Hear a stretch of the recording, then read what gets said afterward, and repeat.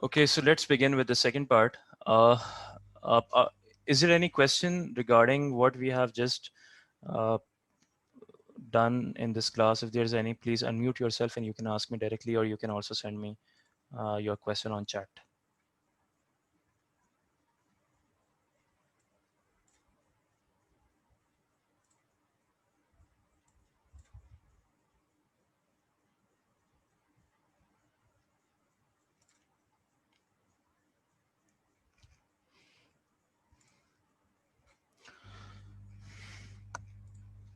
Okay, so let's begin with the next section, the second section of our class, 30 minutes. This is very important, and I think this is something which every Muslim, it's not actually the question, it's not actually my thinking. It is something which is compulsory for every single Muslim to know these things if he wants to understand fiqh and rulings. So what are the Sharia terminologies? When you hear about something, that for example, if a scholar tells you that namaz is farz on you, now what does farz mean? Can you just leave your namaz? Qurbani is wajib on you. So what does wajib mean? Okay, in namaz, reciting Surah Fatiha is wajib, and doing ruku is farz. Standing ruku, saying 3 times Subhana Rabbil Azim in ruku is sunnat. Similarly, reciting Surah Fatiha in the third rakat of any farz namaz is mustahab. So there are different things that we hear. This is farz, wajib, sunnat muakkada, mubah, haram. This is makruh, but this is tahrimi, and this is tanzihi. Which mean these are all different Sharia terminologies that everyone needs to understand if you need to understand the commandments of Allah subhanahu wa ta'ala. So, okay. So the first terminology is farz-e-i'tiqadi, explicit obligatory act. This is something which this refers to a command of Sharia which is proven by the distinct evidence of Sharia, which is this means that it is a command of Sharia which is proven by distinct evidence. In technical terms, we say that it is dalil-e-qat'i, which is proven by such that such proof is beyond any doubt, and it is present in Quran, or it is present in mutawatir hadith, and there is no doubt, there is no ambiguity in the words which actually prove this. So farz-e etiqadi means explicit obligatory act. This means that it refers to a command of Sharia which is proven by distinct evidence of Sharia. And according to Hanafi scholars, one who denies this is an absolute infidel. So, for example, let's talk about namaz and roza. Now, Allah subhanahu wa ta'ala says, Akimus salah, offer namaz. Regarding roza, there is a clear commandment. Now, uh, now, what about someone, for example, someone misses a prayer? That is a different thing. But if someone says that namaz is not first on me, what is the Sharia ruling regarding him? So whenever if someone believes that namaz is not first, he directly goes into kufr and he's out of Islam, and now he's an infidel. What is the reason? The reason is that the proof of Quran and its first is explicitly proved by an evidence in Sharia which is beyond any doubt. Similarly, there is ijma, consensus of the learned Muslim scholars among all, Imam Shafi, Imam Malik, among all scholars, that the one who denies any farz i'tiqadi, the ruling regarding which is commonly known and obvious as to be related directly to an issue of obligation religion, which means that, for example, there are things in Quran which maybe someone hasn't heard of. So, for example, if someone did not sit with the scholars, he does not know the event that happened at the time of Hazrat Musa alayhi salam. So, a man killed his uncle, and then Hazrat Musa alayhi salam told them to slaughter a cow, and then the meat of the cow was actually pressed against the deceased person, and that deceased person woke up, and then he actually told who was his killer. Now the exact event is present in Surah Baqarah in the Quran, but for example, someone does not know that it's in Quran, and he denies that. There is going a chat between some friends, and a friend tells him that that event happened, and the other person does not know that it is in Quran, and he denies that. So that is not going to be a kufr. because he does not know that this event is in Quran. But for example, some things are so evident. For example, namaz, roza, hajj, zakat. It is so common that a Muslim cannot say that he did not know that it is farz. So for all those things, there is a consensus that anyone who denies that is an absolute infidel. He goes out of Islam right away. So the other thing is that someone does not deny that. So alhamdulillah, majority of the Muslims do not deny that the prayer is not first, but they, for example, deliberately leave that namaz. They miss their prayers. So the ruling is that leaving namaz, ruku, sujood without a valid reason permitted by Sharia, he is a fasik. A fasik means a transgressor, guilty of having committed a major sin and is deserving of the torment of hellfire. So, farz-e-atiqadi is an explicit obligatory act which is proven by a source that does not have any doubt in it. And if someone denies that, he goes out of Islam right away. If someone misses out deliberately, it means that he is a transgressor and he's a fasik and he is worthy of punishment in the torment of hellfire, unless, of course, Allah subhanahu wa ta'ala forgives him or Rasulullah sallallahu alaihi wasallam does shafaat for him. Now, the second thing is farz-e-amali, implicit obligatory act. So farz-e-amali is something which is not as explicitly proved from the Sharia source as the farz-e-atiqadi is. So, for example, the common example that is given in this category is masa. Allah subhanahu wa ta'ala says, وَإِذَا قُمْتُمْ إِلَى الصَّلَاةِ فَاغْسِلُوا وُجُوهَكُمْ وَأَيْدِيَكُمْ إِلَى الْمَرَافِقِ وَامْسَحُوا بِرُؤُوسِكُمْ وَأَرْجُلَكُمْ إِلَى الْكَعْبَيْنِ. That when you intend to pray namaz, wash your faces, wash your hands, including your elbows, and do masa of your head. Now, the masa of your head means that to pass wetness on your hairs or on your head. Now, according to Imam Azam Abu Hanifa, the ruling behind this is that you have to do masa of at least 1/4 of your head for this first to complete.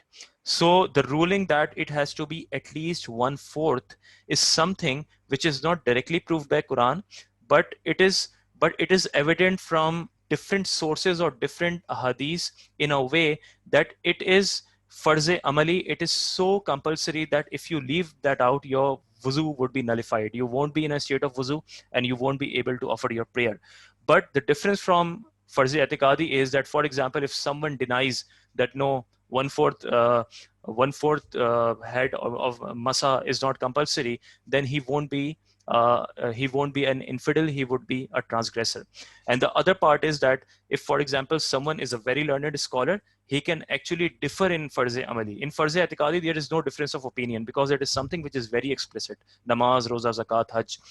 In farz-e-amali, there can be a difference of opinion if someone is a very great scholar, and that is why there is a difference of opinion among scholars regarding the masa. So Imam Azam Abu Hanifa says that you have to do masa of at least 1/4 of your head.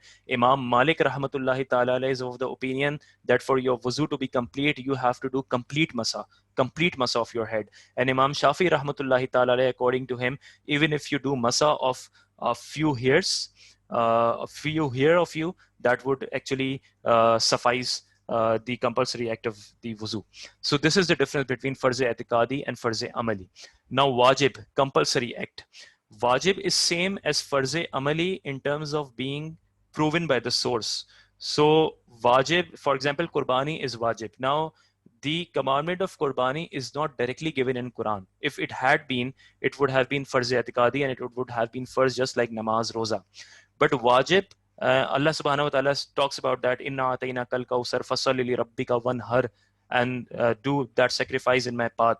So in other hadiths and sources, we come to know that it is a compulsory act because Rasulullah sallallahu alaihi wasallam actually commanded Sahaba, and everyone did qurbani. So we come to know that it is wajib, it is a compulsory act.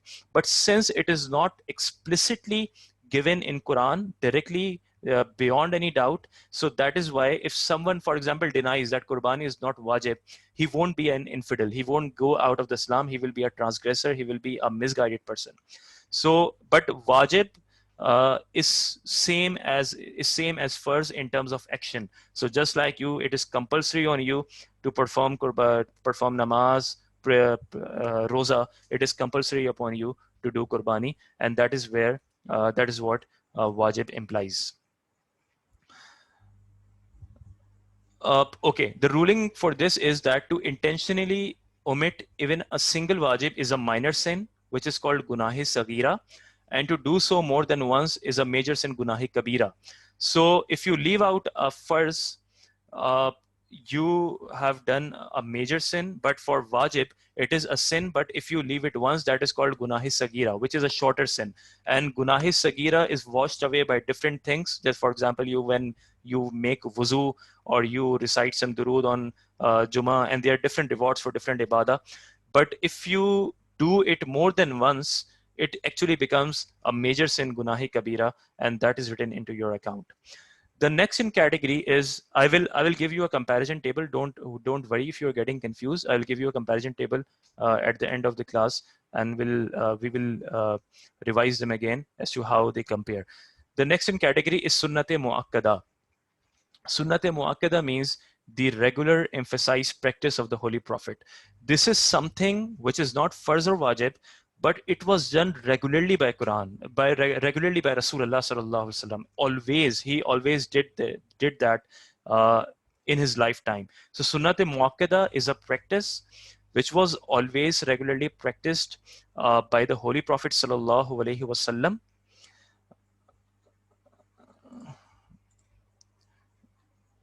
By the Holy Prophet sallallahu alaihi wasallam, and it was occasionally omitted to show it as permitted or to show that it is not regarded as farz. So for example, take example of witr, for example, Taraweeh, for example. Witr is wajib, Taraweeh. Now, Rasulullah sallallahu alaihi wasallam offered Taraweeh with Sahaba for a number of days. And then suddenly, then at one day, Sahaba were actually waiting for Rasulullah sallallahu alaihi wasallam, and Rasulullah did not come out of his home.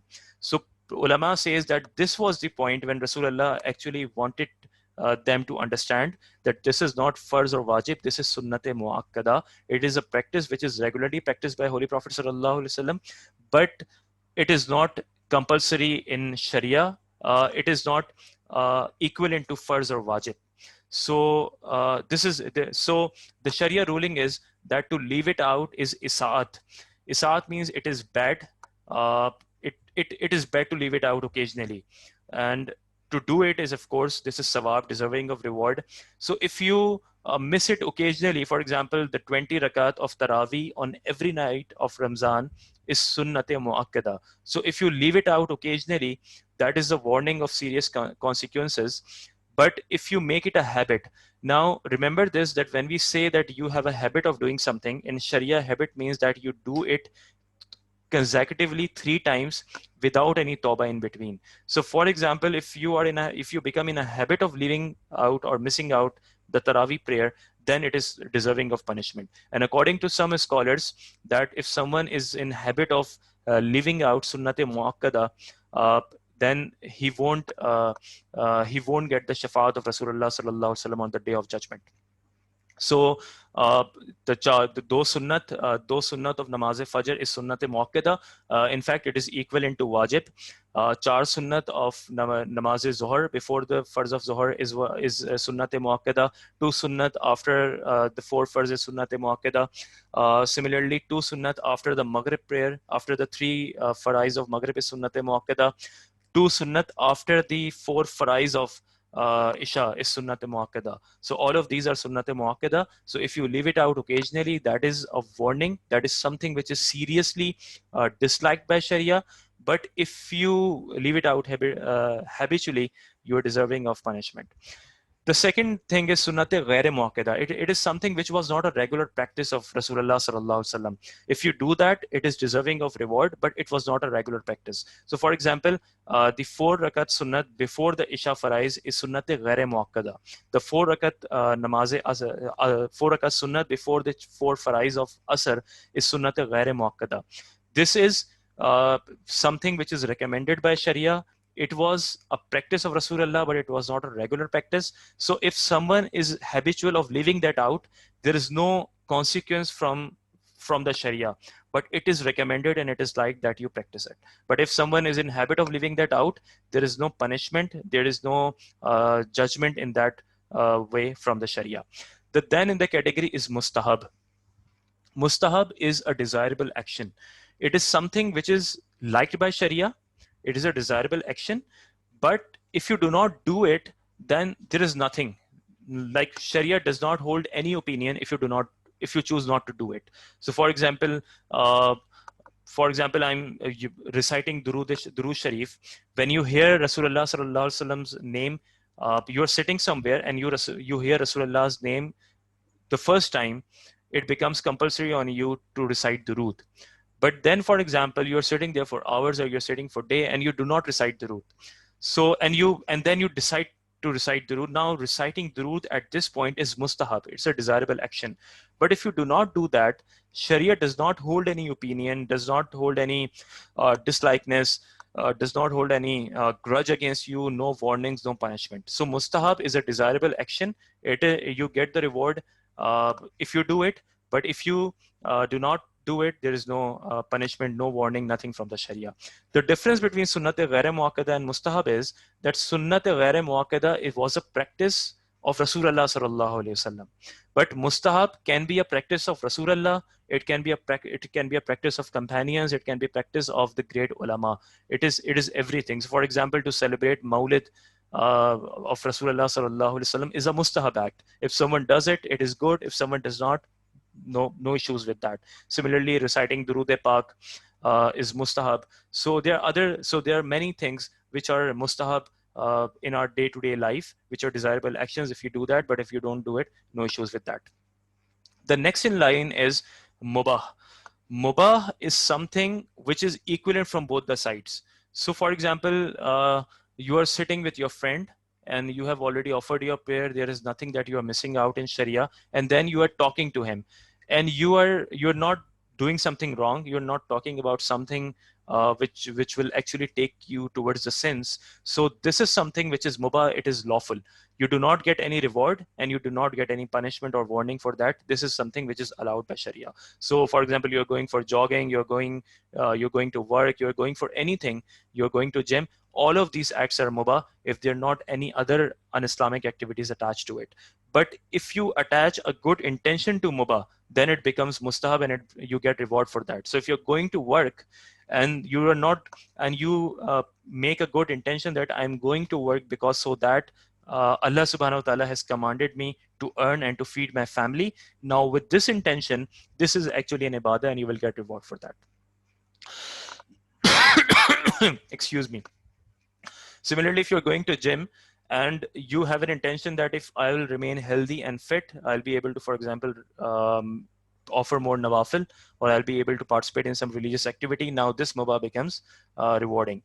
Now come to the next category, which is called haram-e-qat'i, explicitly prohibited. Now this is exact opposite of farz. This is comparable to farz, and this is an exact. In farz, it is an obligation. For example, offer namaz, make your fast, pay out zakat, do hajj. The haram-e-qat'i is exactly opposite. Refrain yourself from wine, refrain yourself from zina, refrain yourself from refrain yourself from eating the meat of the pig, for example. So eating the dead animal. All of these things are explicitly given in Quran, and it is exact opposite of the farz. So this is called haram-e-qat'i. Similarly, makruh-e-tahrimi. Makruh-e-tahrimi is something which is disapproved to the point of being forbidden. It is not haram, but it is so disliked and disapproved that it is something which is close to being forbidden, but it is not haram. So the difference is the same. If someone denies farz, he becomes an infidel. If someone denies haram-e-qat'i, he becomes an infidel. If someone thinks that doing zina is allowed, he becomes an infidel right away because it is explicit in Quran. If someone thinks that drinking wine is allowed, he becomes an infidel right away. But just like in wajib, if someone denies it, he does not become an infidel, he is a transgressor. Similarly, in makruh-e-tahrimi, if someone denies it, he does not become an infidel, he is a transgressor. And that is makruh-e-tahrimi is exact opposite of the wajib. So to do wajib is compulsory. To refrain yourself from makruh tahrimi is compulsory. And there are many makruh tahrimi acts in namaz, for example, or other things. Similarly, isaat means bad action, and it is exactly opposite to sunnat muakkada. Makruh tanzihi, undesirable action. It is completely opposite to sunnat ghair muakkada.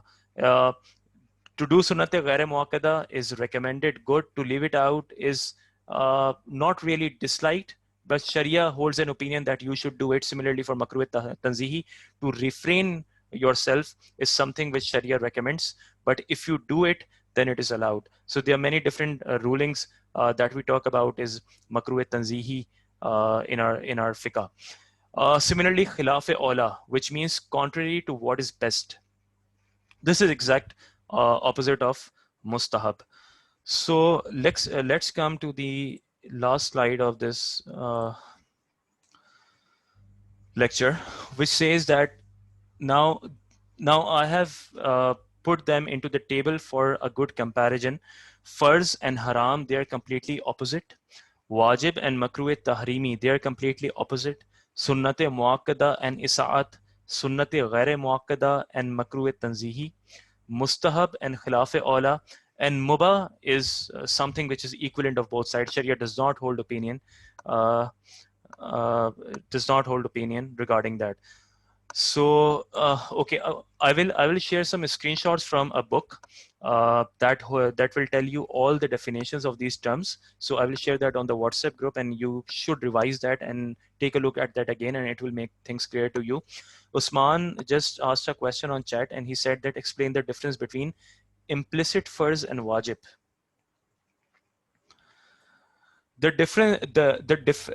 They are similar in terms of being proved from the source, in terms of having the basis in Quran and Hadith. The difference is that if you leave out a farz amali, implicit farz, your ibadah is not complete. So for example, if you leave out the masa, 1/4 masa in your wuzu is not complete. Your wuzu is not valid. But for wajib, if you leave out something, for example, doing some recitation in namaz is farz. So if you leave out the recitation completely, your namaz is not done. You have to pray that again immediately. It is not valid. But for example, you do some recitation, you recite Surah Ikhlas, but reciting Surah Fatiha is wajib. If you leave out Surah Fatiha, your namaz will be valid, but it will become wajibul i'ada, which means that it is not something which is accepted by Sharia. It is valid in the sense that you have completed your obligation, but it remains on your account for your life. So if you miss out a wajib in namaz, you will have to perform your namaz during rest of your life at any time. So this is the difference between farz amali or wajib. If you miss out farz amali, your ibadah is not valid. If you miss out a wajib, your ibadah is valid, but you have to perform that again in terms of namaz. Or hope you understand that. So that was it. In the next few slides, I would like to discuss